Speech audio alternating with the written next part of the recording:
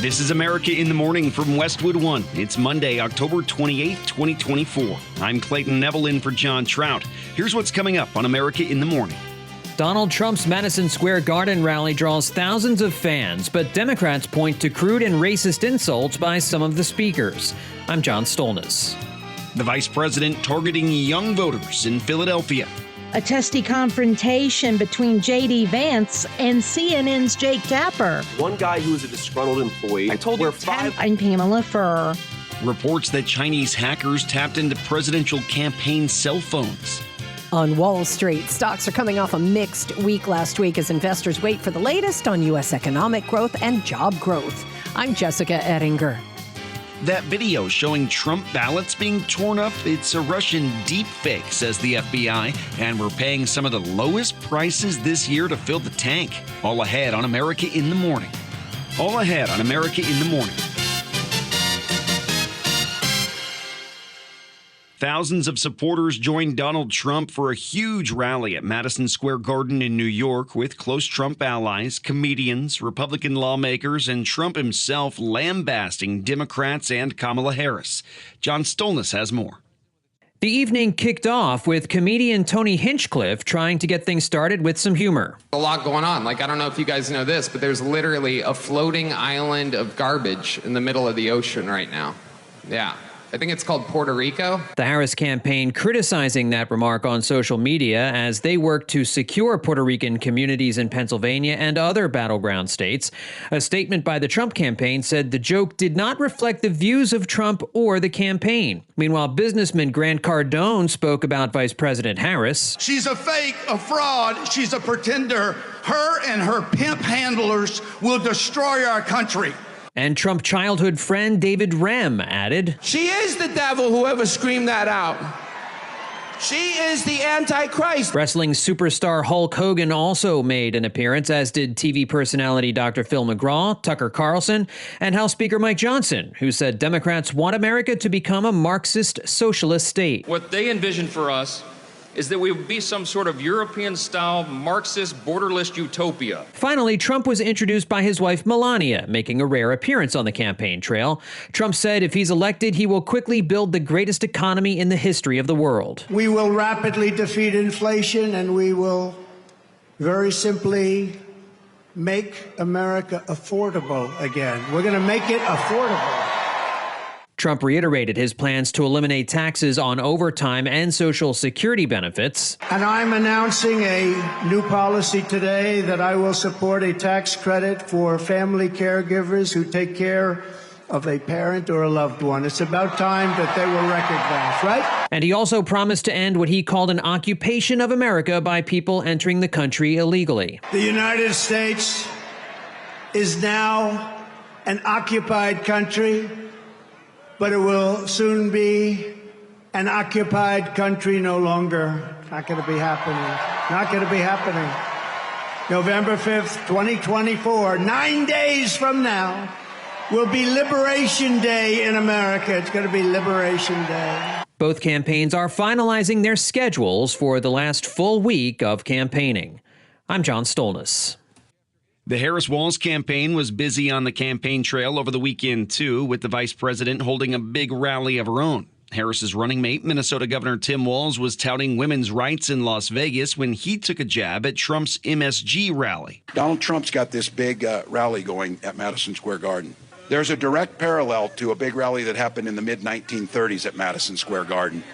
And don't think that he doesn't know for 1 second exactly what they're doing there.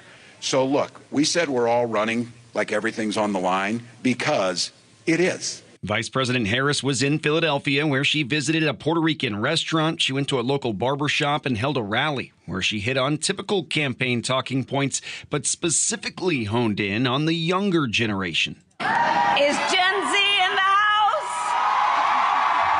She urged young leaders to vote with their experiences. Now, here's the thing I love about you young leaders. You know, you are rightly impatient for change. You are rightly impatient.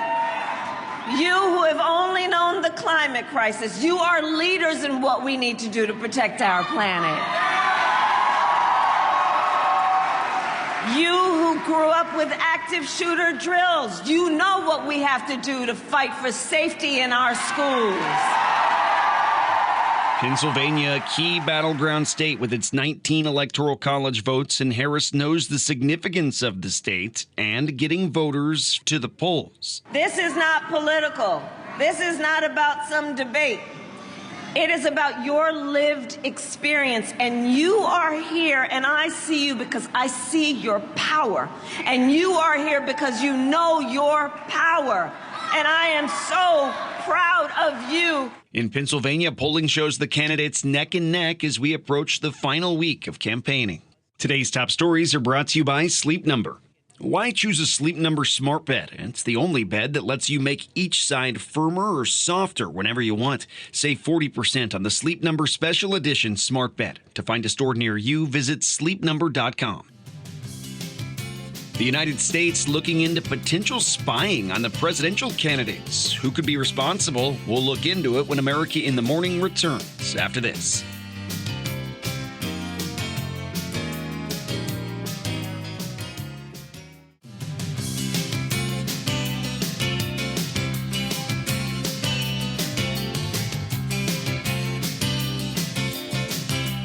Just a couple days left in the month of October. Kind of hard to believe, but you know, it doesn't feel like fall everywhere in the United States. Some unseasonably warm temperatures out there. Meteorologist Matt Rindy's here to sort it out.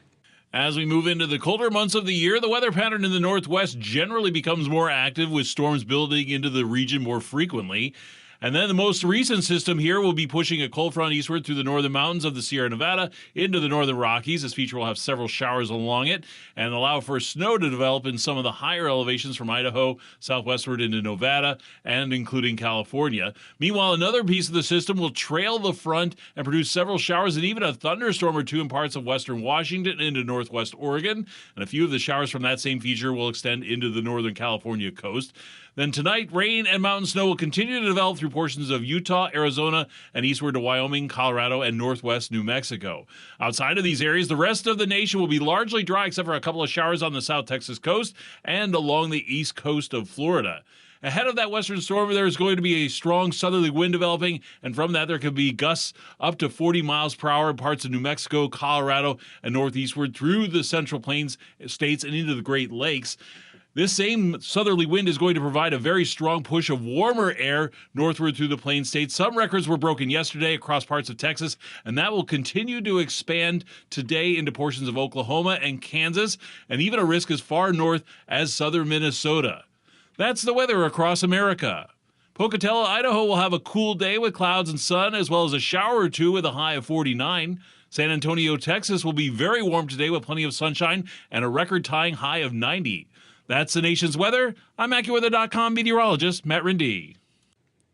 Remember to follow us everywhere you get your podcasts. Apple, Spotify, Amazon, and YouTube. Just search America in the Morning in your favorite listening app.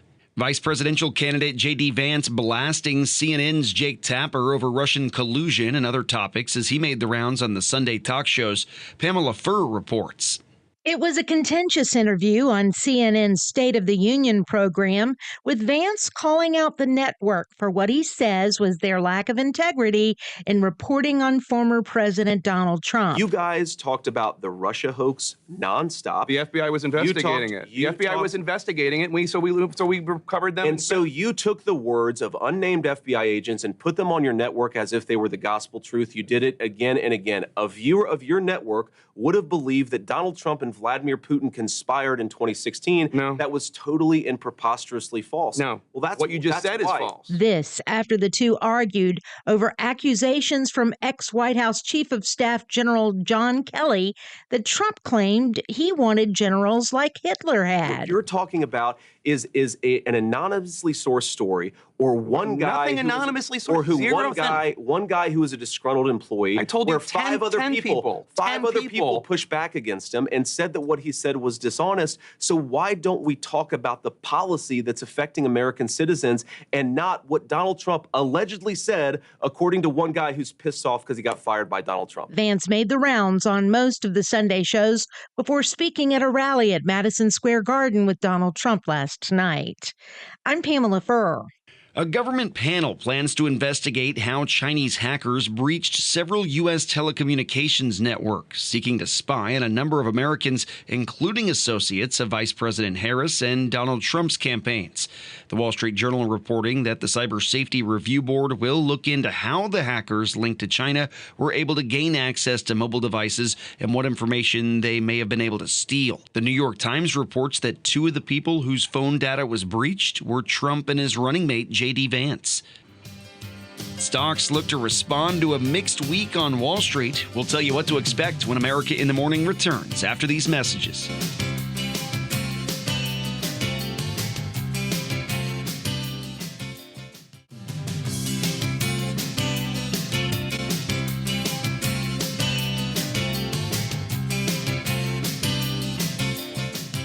The Business Report brought to you by Fisher Investments. Fisher Investments takes a disciplined approach with investing, helping clients navigate volatile markets. Learn more at FisherInvestments.com.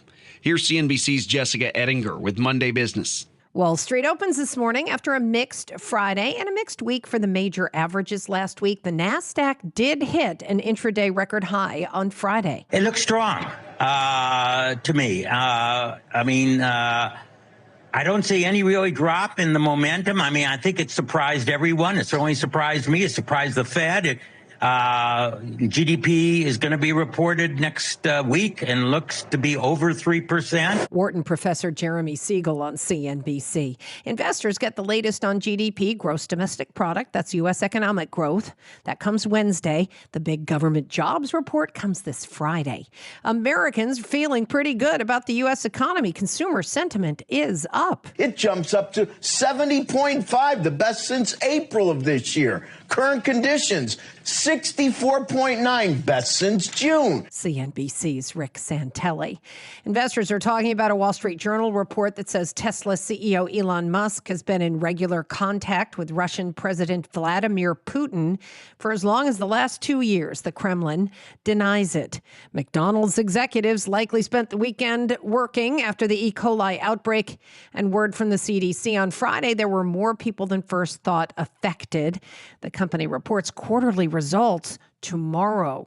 Spirit Airlines says it's cutting jobs and selling jets. It has to raise cash. Halloween week is here. The holiday's Thursday. Candy makers are hoping to do brisk business. Chipotle has its $6 burrito entree deal on Thursday. Papa John's has jack-o'-lantern pizzas. So, Jessica, why are newly built homes selling, but existing homes just sat there last month? You know, it's about the monthly payment for buyers. Newly built home sales were up in September. Existing home sales fell to the lowest in 14 years. Home builder Taylor Morrison CEO Cheryl Palmer says builders can just give buyers lower interest rates on home loans, and that's a big plus. New home builders have tremendous tools to be able to help these consumers get a rate to a place where the monthly payment's manageable. We don't spread those incentives across the entire portfolio. It's really about a personalization by consumer, by community, by customer. Taylor Morrison CEO Cheryl Palmer on CNBC. They build homes in about a dozen states in the South and the West. On today's watch list, we're going to get quarterly results from Ford. Apple is set to launch its version of AI, Apple Intelligence. World Series Game 3 is tonight in New York. Dodgers and Yankees. Paying less at the pump as October nears an end, but just how widespread are the falling prices? We'll find out when America in the Morning returns on the other side of this.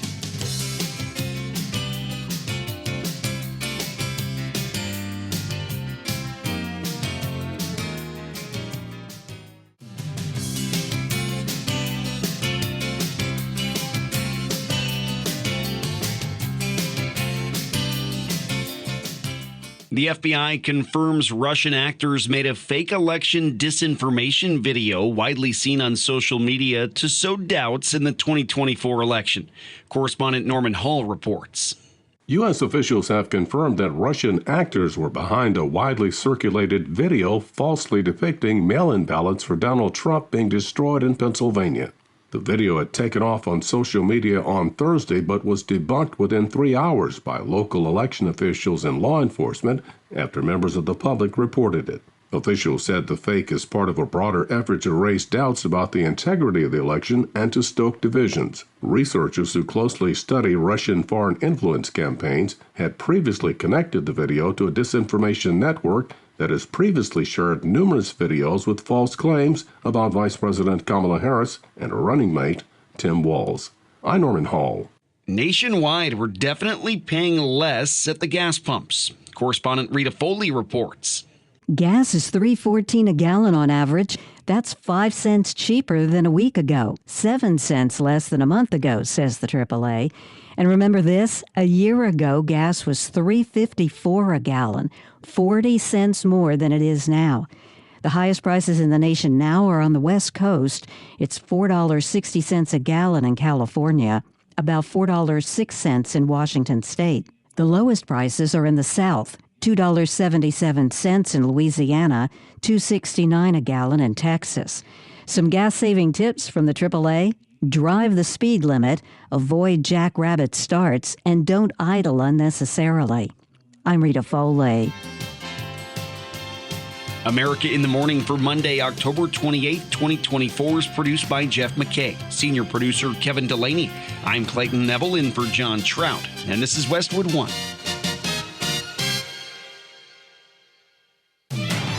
This is America in the Morning from Westwood One. I'm Clayton Neville in for John Trout. Coming up this half hour. Presidential election voters choosing between two conflicting visions for America. I'm Julie Walker. Joe Rogan explains why he finally decided to have former President Trump on his podcast. Egypt's president has announced a 2-day ceasefire proposal as latest Israeli strikes killed dozens in Gaza. I'm Karen Shamas. The fallout after two major American newspapers refused to endorse a presidential candidate. I'm Bob Brown. That story coming up. Courting the religious vote and charged with shooting his neighbor but not arrested. We'll tell you why. Comic book movies are back at the top of the box office, for now. I'm Kevin Carr. There are pros and cons to store credit cards. I'm Shelley Adler. We'll be right back.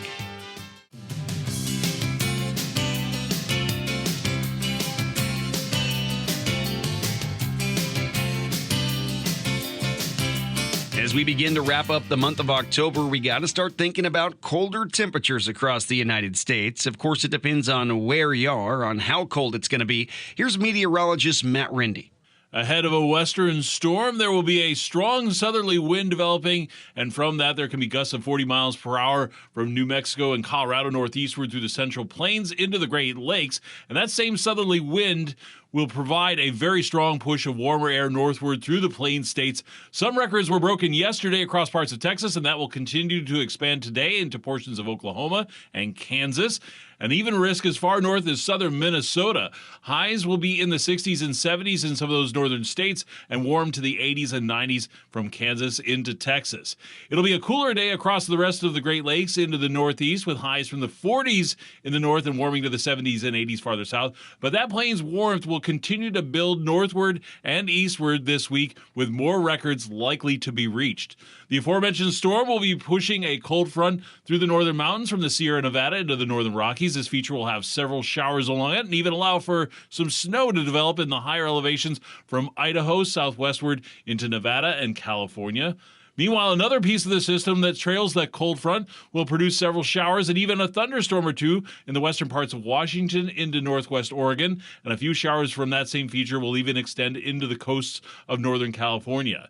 Tonight, rain and mountain snow will continue to develop through portions of Utah, Arizona, and eastward to Wyoming, Colorado, and northwest New Mexico. And outside of those areas, the rest of the nation will be largely dry. We'll have a couple of showers along the South Texas coast and the east coast of Florida.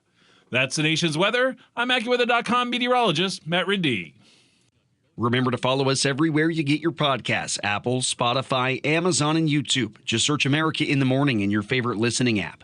Vice President Kamala Harris and former President Donald Trump each spent the second to last weekend before Election Day campaigning, with Harris in battleground Pennsylvania on Sunday, while Trump held a massive rally in New York's Madison Square Garden.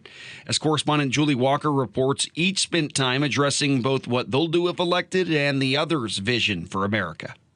And this election is not just a choice between Donald Trump and me. It is a choice between two very different visions for our nation. One, his, focused on the past and on himself, and the other ours, that is focused on the future and on you. I think Detroit and some of our areas makes us a developing nation. China doesn't have any place like that. We're going to have the American dream back in our country.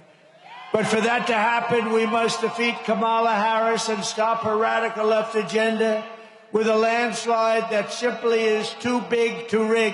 Presidential election voters choosing between two conflicting visions for America offered by Democrat Kamala Harris and Republican Donald Trump. This election is a choice between whether we will have 4 more years of gross incompetence and failure. It's disgusting what they're doing. I do believe Donald Trump to be an unserious man, but the consequences of him ever being president again are brutally serious. Harris pledging middle-class tax cuts, increases on the wealthy and corporations, restoration of abortion rights, aggressively addressing climate change, and a commitment to uphold democratic values and the rule of law. Trump pledging mass deportation of migrants in the country illegally, extending and expanding his 2017 tax cuts, increasing tariffs, supporting fossil fuels, and concentrating more government power within the White House. I will invoke the Alien Enemies Act of 1798. Think of that. That's how far back.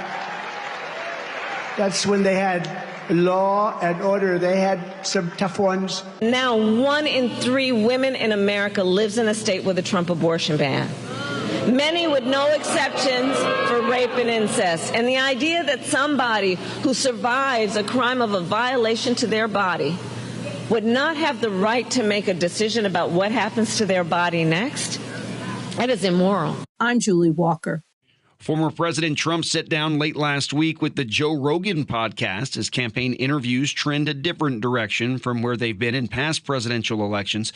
The former president traveled to Austin to sit down with Joe Rogan on that podcast, not a major TV network and not just a blurb. This was a 3-hour conversation. It's a whole new world out there. It's a different world. And but, I'm on TikTok now. Congratulations. And I've done really well. No, but the crazy, have you seen the numbers? Billions of hits. It's crazy. I'm sure. TikTok's a wild application. And I've gone up 30 points. A Republican is always down 30 with young people. I'm plus 30. And I'm on TikTok. And the interview hit on a bunch of topics, including immigration, foreign policy, crowd size, and the polls. But, I have a theory. These pollsters, they charge you a lot of money, too. They charge you $500,000 to do some stupid poll, and they interview like 251 people. I don't think they interview them in many cases. No, I think they sit there, they make a deal, they get $500,000, and they say, Trump's leading 51-49. They announce it, and everybody says, oh. Do you understand? I don't think they... I think in a lot, look, I'm a very common sense person. I think that they probably don't always poll. Some of them probably never poll. And Trump told Rogan that the 2020 election was stolen from him, but he kicked the can down the road when Rogan asked him for examples. How do you think you were robbed? Everybody always cuts you off. I'm going to allow... Well, they not only cut you off. Well, what I'd rather do is we'll do it another time, and I would bring in papers that you would not believe. So many different papers. The interview between Rogan and Trump has been criticized by some, accusing Rogan of lofting softball questions, but it's been a trend of this campaign season. Well-known podcasters with big followings hosting the candidates online for millions to see. Rogan had held off on having Trump on his show for years, but said during the interview that he knew the timing was right after Trump was shot in Butler, Pennsylvania. He decided then it was right to have him on. In the Middle East, Iran playing down Israel's military strikes, saying they caused limited damage, but as many as 10 members of the Iranian military were reported killed. And the Associated Press now reporting 2 bases in an area southeast of Tehran were heavily damaged, and attacks were centralized at military facilities in 3 provinces, avoiding any civilians, oil, or nuclear facilities, as well as the capital city of Tehran. As correspondent Karen Shamas reports, a ceasefire proposal has been offered by Egypt for Israel and Hamas, while anger erupts in Israel over the hostages still being held. If the regime in Iran were to make the mistake of beginning a new round of escalation, we will be obligated to respond. Our message is clear. All those who threaten the state of Israel and seek to drag the region into wider escalation will pay a heavy price. Speaking in Cairo, Egypt's President Abdel Fattah el-Sisi said the proposal also includes the release of some Palestinian prisoners and the delivery of humanitarian aid to the besieged Gaza Strip. The announcement came as Israeli strikes killed over 30 people in northern Gaza and at least 8 people in the southern Lebanese city of Sidon. Meanwhile, Israel's Mossad chief was travelling to Doha for talks with the Prime Minister of Qatar and the CIA chief. At a nationally broadcast ceremony for victims of Hamas's attack on southern Israel last year, protesters disrupted a speech by Israeli Prime Minister Benjamin Netanyahu. As he began to talk, people shouted, "Shame on you," and forced Netanyahu to stop his speech. Many Israelis blame Netanyahu for the failures that led to the attack and hold him responsible for not yet bringing home remaining hostages. I'm Karen Shamas. 2 American newspapers say they'll pass on endorsing a candidate for president. We'll tell you why when America in the Morning returns after this.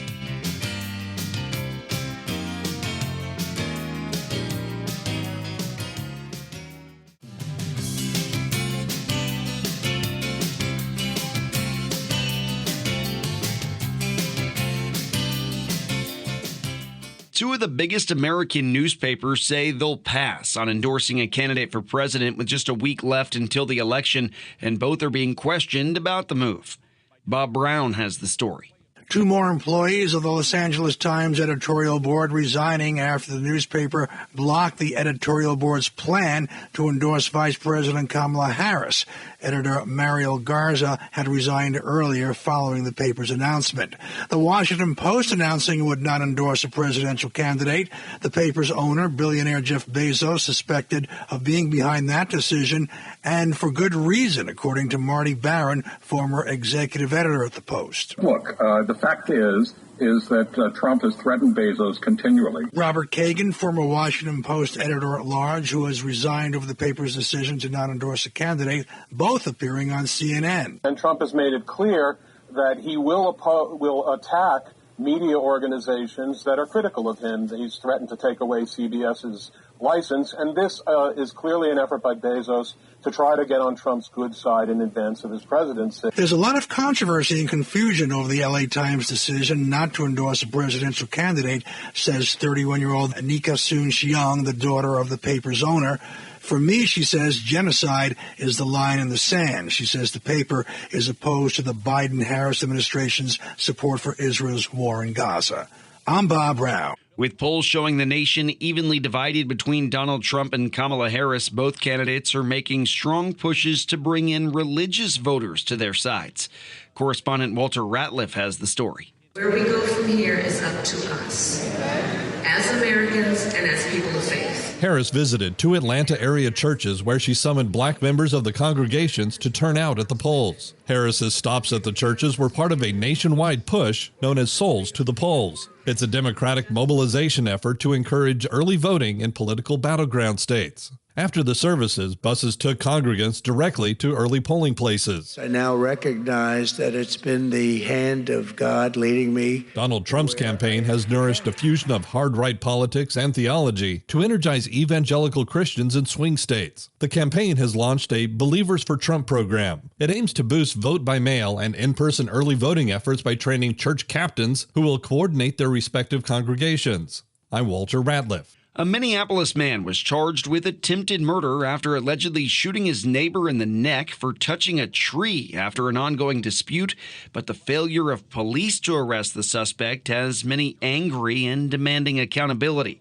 The Hennepin County Attorney's Office filed charges against John Herbert Sawchak in connection with that shooting.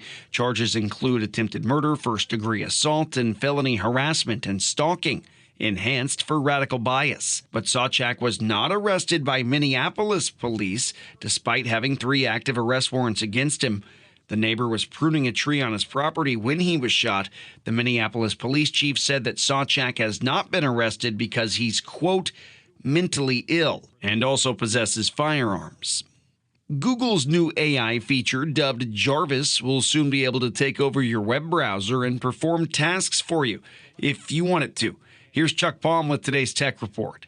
According to the website Engadget.com, Google may be close to releasing an AI agent that can operate a web browser for you and help automate everyday tasks. They're reporting that Google is working on a computer user agent under the somewhat formulaic codename Project Jarvis. According to sources that spoke to the information site, Jarvis responds to a person commands by capturing frequent screenshots of what's on their computer screen and interpreting the shots before taking actions like clicking a button or typing text into a field. Jarvis has been designed specifically to work with Chrome and other web browsers, and it's made to assist the common tasks like research, shopping, and booking flights. It comes as Google continues to expand their capabilities of their Gemini AI project, which is likely to be released this December. The news comes just days after Claude AI from Anthropic has released a more expansive computer AI control, which has been designed for use by everyday users. Follow me on X at Chuck Palm.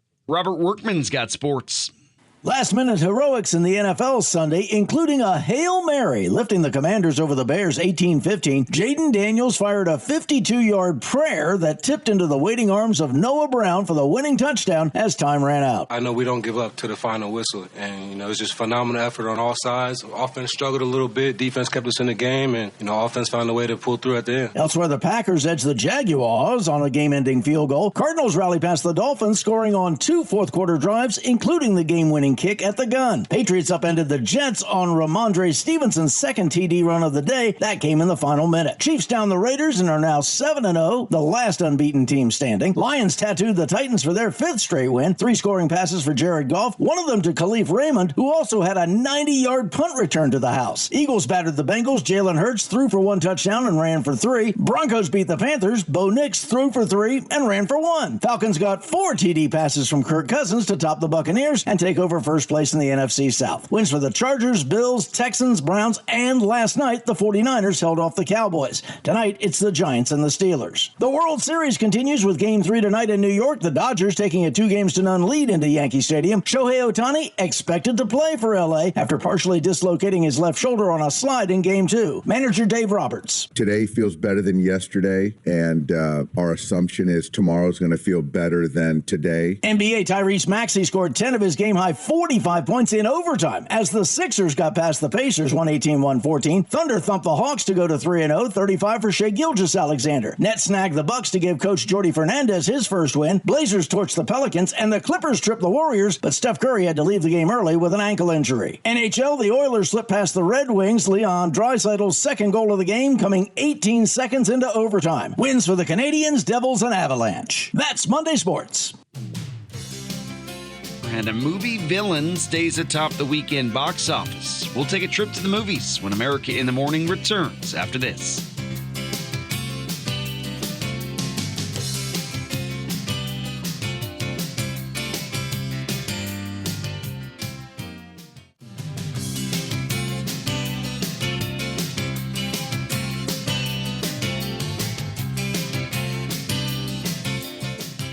The Spider-Man character Venom remained glued to the top spot at the box office. Kevin Carr reports. A comic book movie won the box office, but the market is still showing signs of superhero fatigue. Eddie, I'm with you to the end. Venom: The Last Dance easily topped the weekend, but it came in under studio expectations with just $51 million. That's a far cry from the $80 or $90 million range of its predecessors. I need more money. But considering it didn't cost $200 million like the Joker sequel, it should end up in the black with a robust overseas take. Stop smiling at me! In second place was last week's champ, Smile 2, with $9.4 million. That's not a bad hold for a horror movie, and with a modest $25 million budget, this sequel is well on its way to profitability. We must become more than we were programmed to be. The Wild Robot slipped to third or perhaps fourth place with $6.5 million, holding strong for family audiences, but not to be outdone. Well done, Lawrence. It seems the responsibility for the Conclave falls upon you. Newcomer Conclave ended neck and neck also with $6.5 million. Final placement between the lovable robot and the Vatican drama won't be determined until actuals come out later today. There's a very distinct and real possibility that I am about to fall in love with you. And holding in fifth place with $4.9 million was the Andrew Garfield-Florence Pugh romance We Live in Time. This tearjerker actually made more money than last week thanks to an additional 2,000 theaters nationwide. I'm Kevin Carr. Is that store credit card really worth signing up for? Correspondent Shelley Adler reports on whether that type of credit card is a good thing for you. When shopping for the upcoming holiday season, experts suggest to be cautious about store credit cards. Ted Rossman, a senior industry analyst at Bankrate.com, has a good reason why. The average general purpose credit card charges about 20%, and the average store card charges about 30%. So really buyer beware. But what if you can get a good discount? If you're at the checkout counter and the cashier says, do you want to save 20% off today's purchase by signing up for our credit card? It's not a good choice if you're going to carry a balance. But if you pay off your bill and you shop at the store a lot, get the card along with the discount. I'm Shelley Adler. Apparently, the winner was not Timothée Chalamet. Entertainment correspondent Margie Zaraletta reports the actor made a surprise appearance at a Timothée Chalamet lookalike contest in New York, much to the surprise of those lookalikes. Minutes after a Timothée Chalamet lookalike contest started in New York's Washington Square Park, police ordered the large group to disperse. One contestant was taken away in handcuffs, and organizers were hit with a $500 fine for no permit. The contest was relocated to another park. Wannabe Chalamets, who were dressed like his characters from Wonka and Dune, answered questions about his girlfriend Kylie Jenner and asked to speak French. Chalamet himself showed up with a bodyguard and posed for photos. He didn't win, but he didn't enter. The winner was college senior Miles Mitchell of Staten Island, who won $50. I'm Margie Zaraletta. America in the Morning for Monday, October 28, 2024 is produced by Jeff McKay, senior producer Kevin Delaney. I'm Clayton Neville in for John Trout, and this is Westwood One.